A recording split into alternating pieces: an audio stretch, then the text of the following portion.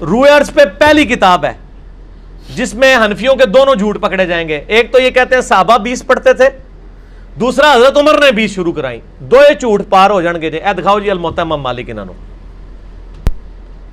ویسے میں نے مسئلہ نمبر 20 دنیا میں تراویح کے اوپر سب سے زیادہ میرا ہی لیکچر دیکھا گیا, اس لیے آپ جب تراویح پہ لوگ چڑھاتے ہیں میری بھی فوٹو ساتھ لگاتے ہیں.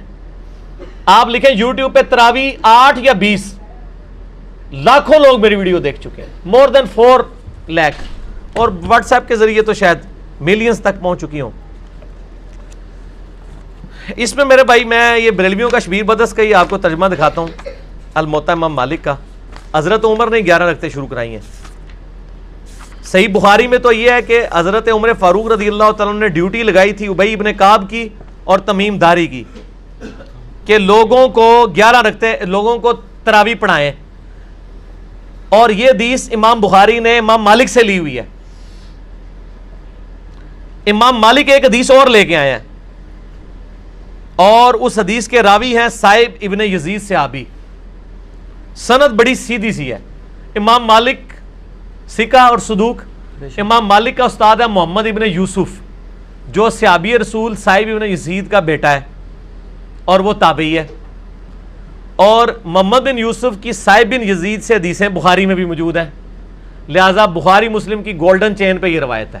اس ایک صفحے پہ اس کی عربی بھی نظر آئے گی انشاءاللہ اللہ کے فضل سے, اور 11 رکعتوں والا بھی نظر آئے گا کہ حضرت عمر نے 11 رکعتیں شروع کرائیں. ٹھیک ہے جی, آگے جانے کی ضرورت ہی نہیں.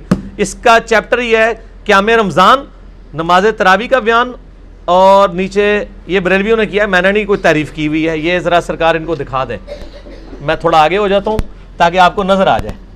ٹھیک ہے جی, یہ والا صفحہ نیچے والا, یہ جہاں میں انگلی کر رہا ہوں نا, یہ 253 نمبر روایت جس کو میں نے انسرکل کیا ہے, اس کو آپ تسلی سے کور کریں جی, پورا زوم جتنا کر سکتے ہیں کریں. نمبر کون سے لیں؟ 253 نمبر ہے بریلویوں والے اس میں الموطا امام مالک میں شبیر بدس کی. ٹھیک ہوگا جی. سنیں, صائب ابن یزید صحابی رضی اللہ تعالیٰ عنہ فرماتے ہیں کہ حضرت عمر فاروق رضی اللہ تعالیٰ عنہ نے حضرت ابی ابن کعب اور تمیم داری کو 11 رکعتیں پڑھانے کا حکم دیا.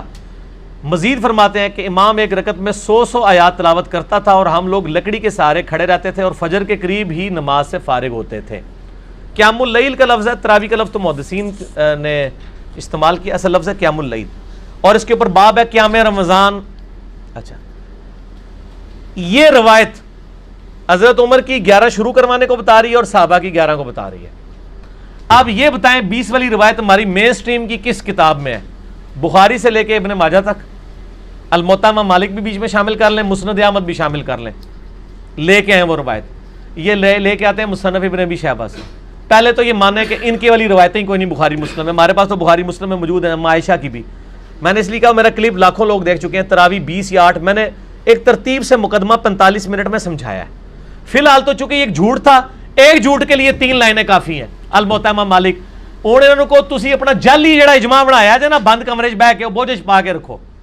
انہی سے پوچھیں کہ امام مالک کیا 41 رکعتیں نہیں پڑھتے تھے نوافل کے طور پہ؟ ہمیں 20 سے چڑ نہیں ہے, ہم کہتے ہیں 40 پڑھے 100 پڑھے, کوئی مسئلہ نہیں, نفلی نماز ہے. آپ نے 20 فکس کیے, غلط ہے. نبی علیہ السلام کی رمضان یا غیر رمضان 11 رکعتیں ہوتی تھی. تابعین سے 20 رکعت بھی ثابت ہے, 41 بھی ثابت ہے, زیادہ بھی ثابت ہے, پڑھیں. ہم تو 20 کے کبھی مخالف نہیں رہے ہیں. ہم یہ کہتے ہیں, اور پھر یہ ہمیں مثال دیتے ہیں ارمین میں 20 ہوتی ہیں تو آپ بھی کریں. ارمین میں تو آمین بھی اونچی ہوتی ہے تو آپ بھی کریں. ارمین میں تو رفع الیدین بھی ہوتا ہے, آپ بھی کریں. ارمین میں تو اقامت بھی گھیری ہوتی ہے, آپ بھی شروع کریں. نال ٹھوس ہو جان گے, سا ہی نہیں نکلے گا. انہوں نے جی دلائل دیکھنے ہیں تو تسی بھی اپنے دلائل لے آؤ نا. ارمین دی دوست کس کو لگاتے ہیں آپ؟ اور ارمین میں بھی صرف مکے مدینے میں, مسجد الحرام و مسجد نبوی میں 20 ہوتی ہیں, باقی پورے سعودیہ میں, مکے مدینے میں بھی, ایون خانہ کعبہ سے واکنگ ڈسٹنس پہ باب العمرہ کی طرف جو مسجد ہے چھوٹی سی, اس میں بھی 11 رکعت ہوتی ہے. پورے سعودیہ میں 11 رکعت ہوتی ہے سر. ارمین میں ہوتی ہے, اور وہاں بھی 11 رکعت شروع کرائی تھی سعودی حکومت نے. بعد میں انہوں نے پنگا کیا, یہ لڑائی کرتے تھے وہاں جا کے, تو انہوں نے پھر 2 امام مقرر کر کے کسی طریقے سے ان سے جان چھڑائی بھی ہے. یہ جو پبلک کو دھوکہ دیتے ہیں, نہیں یہ تو تہجد کی نماز الگ تھی, تراویح الگ تھی, قیام اللیل الگ تھا, تو یہ میں چیپٹر ہی وہ تراویح والا کھول رہا ہوں. صحیح بخاری میں 6 حدیثیں انٹرنیشنل نمبرنگ کے مطابق 2008 سے لے کے 2013 تک. پہلی حدیث صحیح بخاری اور مسلم کی متفق علیہ حدیث کہ ابو سلمہ بن عبد الرحمن رضی اللہ تعالیٰ عنہ نے سیدہ عائشہ سے پوچھا، اما جان یہ بتائیے کہ نبی صلی اللہ علیہ وسلم کی رمضان کی قیام اللیل کس طرح ہوا کرتی تھی، رات کی نماز رمضان میں، کیونکہ رمضان میں تو پرٹیکولر حکم ہے عبادت کرنے کا، رات کو جاگنے کا. تو سیدہ عائشہ رضی اللہ تعالیٰ عنہ نے کیٹیگوریکل مینشن کیا ایک ہی جملے میں کہ بیٹا رمضان ہو یا غیر رمضان، نبی صلی اللہ علیہ وسلم 11 رکعتوں سے زیادہ نہیں پڑھا کرتے تھے، رمضان ہو یا غیر رمضان.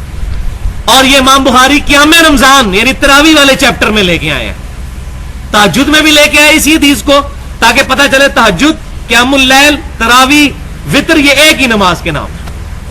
پھر سیدہ عائشہ کہتی ہے کہ نبی صلی اللہ علیہ وسلم 4 رکعتیں پڑھتے، ان کی خوبصورتی نہ پوچھو اور ان کی لمبائی نہ پوچھو. پھر آپ صلی اللہ علیہ وسلم 4 رکعتیں پڑھتے، ان کی خوبصورتی نہ پوچھو، ان کی لمبائی نہ پوچھو، کتنی لمبی ہوتی تھی وہ. پھر آپ صلی اللہ علیہ وسلم 3 رکعت وتر عطا فرمایا کرتے تھے. یہ کل ہوئی 11 رکعتیں. اب یہاں پر جو 4 رکعتوں کا بیان ہوا یہ بھی 2 کر کے ہیں، وہ اگلی حدیث آ جائے گی بخاری مسلم کی. 4 کے بعد آپ تھوڑا ریسٹ فرما لیا کرتے تھے. تو 4 رکعتوں سے مراد ایک سلام سے 4 نہیں ہے، 2 سلام سے 4 ہے، 2 رکعتیں پھر 2 رکعتیں. اسی طریقے سے جو وتر ہے 3 وہ بھی 2 سلام کے ساتھ ہے.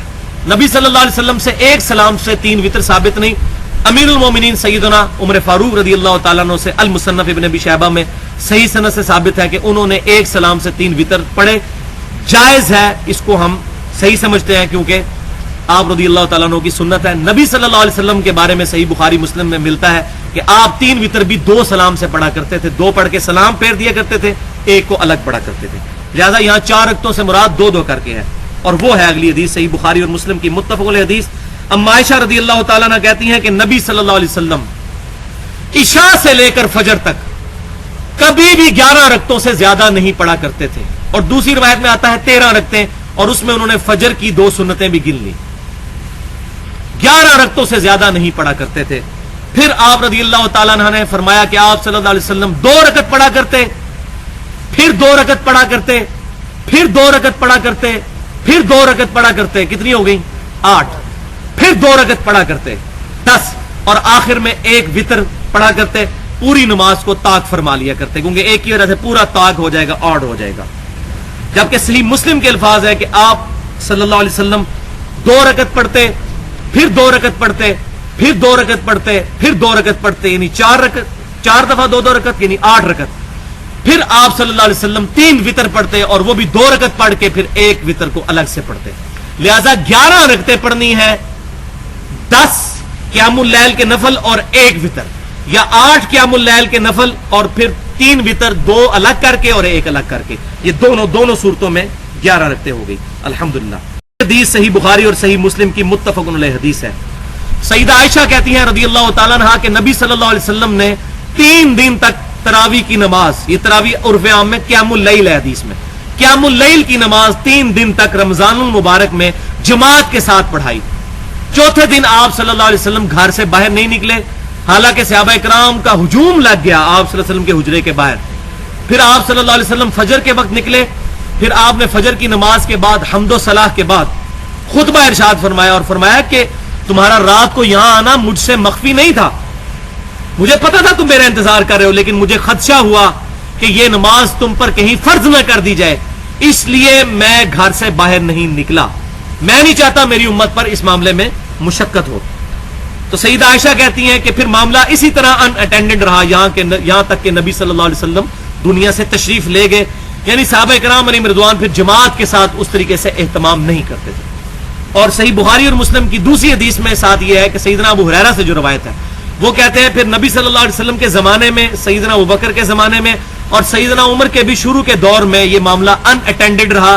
لوگ اپنی اپنی طرح جو ہے قیام اللیل پڑھ لیا کرتے تھے، گھروں کو چلے جایا کرتے تھے، کچھ گھر میں پڑھ لیا کرتے تھے. پھر وہ ڈسیزن کا وقت آیا.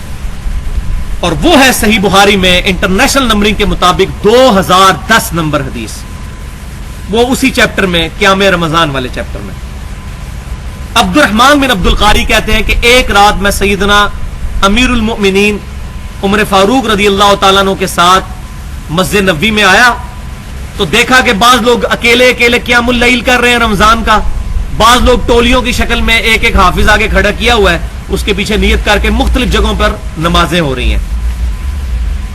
یہ مسجد نبوی تھی جناب، ادھر ہوتی تو لوگ مارنا شروع کر دیتے کہ جناب مسجد ایک جماعت ہو سکتی ہے۔ تو سیدنا عمر فاروق رضی اللہ تعالیٰ عنہ انہوں نے فرمایا کہ کیا ہی اچھا ہو اگر میں ان کو ایک امام کے پیچھے کھڑا کر دوں تاکہ سارے اکٹھے ہو کے نماز پڑھ لیں۔ پھر انہوں نے ابی ابن کعب رضی اللہ تعالیٰ عنہ کو حکم دیا کہ لوگوں کو قیام اللیل رمضان کا کروائیں۔ تابعی کہتے ہیں کہ کافی دنوں کے بعد آپ رضی اللہ تعالیٰ عنہ کے ساتھ میں دوبارہ آیا تو دیکھا کہ لوگ قیام اللیل کر رہے تھے اور ایک امام کے پیچھے۔ تو سیدنا عمر نے فرمایا نعم البدعۃ ھذہ، یہ کتنا اچھا کام ہے جو نیا میں نے شروع کیا۔ یہاں بدعت جو ہے وہ لغت کے معنوں میں ہے اور ایک مردہ سنت کو زندہ کرنے کے معنوں میں ہے، لہٰذا اگر کوئی شخص کسی مردہ سنت کو زندہ کرے اور کہے کہ یہ کتنی اچھی بدعت میں نے شروع کی تو یہ سیدنا عمر کی سنت ہے۔ سنت پر بدعت کا لفظ بولا جا سکتا ہے، مردہ سنت کو زندہ کرنا۔ مثال کے طور پر میں نے پگڑی پہننا شروع کی، مجھے دیکھتے ہی دیکھتے کئی لوگوں نے پگڑی پہننا شروع کی تو میں کہہ سکتا ہوں نعم البدعۃ ھذہ، یہ کتنی اچھی بدعت ہے، نیا کام لغت کے معنوں میں۔ یہ بدعت وہ والی نہیں ہے کل بدعۃ ضلالہ، اس سے مراد لغت کے معنوں میں نیا کام، رینیو کیا ہے میں نے سنت کو۔ تو سیدنا عمر نے کہا چونکہ نبی صلی اللہ علیہ وسلم نے بھی تراویح جماعت سے پڑھائی تھی قیام اللیل، تو میں نے بھی ایک امام کے پیچھے ان کو جمع کر کے وہی سنت زندہ کی، جیسے حضور بھی اکیلے امام ہوتے تھے، یہ بھی ایک امام۔ لہذا یہاں سے اس جواز پر فتویٰ مل گیا کہ قیام اللیل پورا مہینہ رمضان المبارک کا ایک امام کے پیچھے مسجد میں ادا کیا جا سکتا ہے، یہ جائز ہے۔ افضل کی بات نہیں کر رہا میں، جائز ہے، بالکل جائز ہے، کیونکہ سیدنا عمر فاروق رضی اللہ تعالیٰ کے اس ڈیسیژن پر اجماع ہو گیا صحابہ اکرام علیہم رضوان کا، اور اجماع پر میری پوری گفتگو ہے اس کی حجیت پہ، مسئلہ نمبر 31 کے نام سے اہل سنت پاک .com پر 50 منٹ کی۔ اور دوسرا وہ حدیث بھی علیکم بسنتی و سنت الخلفاء الراشدین المہدیین، تم پر میری سنت اور میرے خلفاء راشدین کی سنت لازم ہے۔ اس کے تحت بھی الحمدللہ سیدنا عمر کی اس جاری کردہ جو بات تھی اس پر اجماع ہو گیا الحمدللہ۔ لیکن لیکن لیکن تین لیکن، یہ صرف جائز ہے کیونکہ اسی حدیث میں آگے ہے جو مولوی چھپا لیتے ہیں کہ سیدنا عمر رضی اللہ تعالیٰ نے جب فرمایا نعم البدعۃ ھذہ، صحیح بخاری 2010 نمبر حدیث، پھر آپ رضی اللہ تعالیٰ نے ساتھ ایک بات ارشاد فرمائی کہ یہ لوگ جو پڑھ رہے ہیں اس سے زیادہ بہتر وہ نماز ہے جو لوگ رات کو اٹھ کر آخری پہر میں پڑھتے ہیں۔ اور سیدنا عمر کا اپنا عمل بھی اس پہ تھا، آپ خود تو پیچھے نیت کیے نہیں ہوئے تھے، آپ تو وہاں وزٹ کرنے کے لیے آئے تھے، آپ نے خود تو وہاں نہیں نماز پیچھے پڑھی، اور اس تابعی کو کہا اس سے بہتر عمل یہ ہے کہ رات کے آخری پہر میں سو کے اٹھ کر نماز ادا کی جائے، وہ اس سے بہتر ہے جو کچھ یہ کر رہے ہیں۔ یہ حصہ چھپایا جاتا ہے۔ اب یہ سیدنا عمر کا جو قول ہے ساتھ ہی اس حدیث میں، یہ بالکل حضور صلی اللہ علیہ وسلم کے فرمان کا آئینہ دار ہے، اور وہ فرمان الحمدللہ میں نے ڈھونڈ لیا صحیح مسلم میں کہ آپ صلی اللہ علیہ وسلم سے پوچھا گیا کہ بتائیے فرض نماز کے بعد سب سے افضل نماز کون سی ہے، تو آپ صلی اللہ علیہ وسلم نے فرمایا فرض کے بعد سب سے افضل نماز رات کے آخری حصے میں اٹھ کر نفل ادا کرنا ہے، یہ سب سے افضل نماز ہے۔ اس میں تین حدیثیں بہت امپورٹنٹ ہیں۔ پہلی حدیث صحیح بخاری اور مسلم کی متفق علیہ حدیث ہے زید بن ثابت رضی اللہ تعالیٰ عنہ سے، جو کاتب وحی ہے۔ وہ کہتے ہیں کہ یہ وہی روایت انہوں نے جب روایت کی نا کہ نبی صلی اللہ علیہ وسلم 3 دن تو صحابہ اکرام نے آپ کے پیچھے نماز پڑھی، آپ چوتھے دن باہر نہیں نکلے، بعد صحابہ کا جمگٹا ہو گیا۔ اس کے بعد زید بن ثابت کہتے ہیں کہ چوتھے دن نبی صلی اللہ علیہ وسلم غضبناک ہو کر نکلے باہر، غصے کی حالت میں، مغضباً لفظ انہوں نے استعمال کی، غضب کی حالت میں، غضب کیوں؟ پوری امت کا خیال تھا. پھر آپ صلی اللہ علیہ وسلم نے حکم فرمایا کہ اپنے گھروں میں جا کر قیام اللیل کرو، کیونکہ انسان کا فرض کے نماز کے علاوہ نفلی نماز گھر میں پڑھنا زیادہ افضل ہے. تو آپ صلی اللہ علیہ وسلم نے تاکید فرمائی کہ جا کے گھر میں جا کے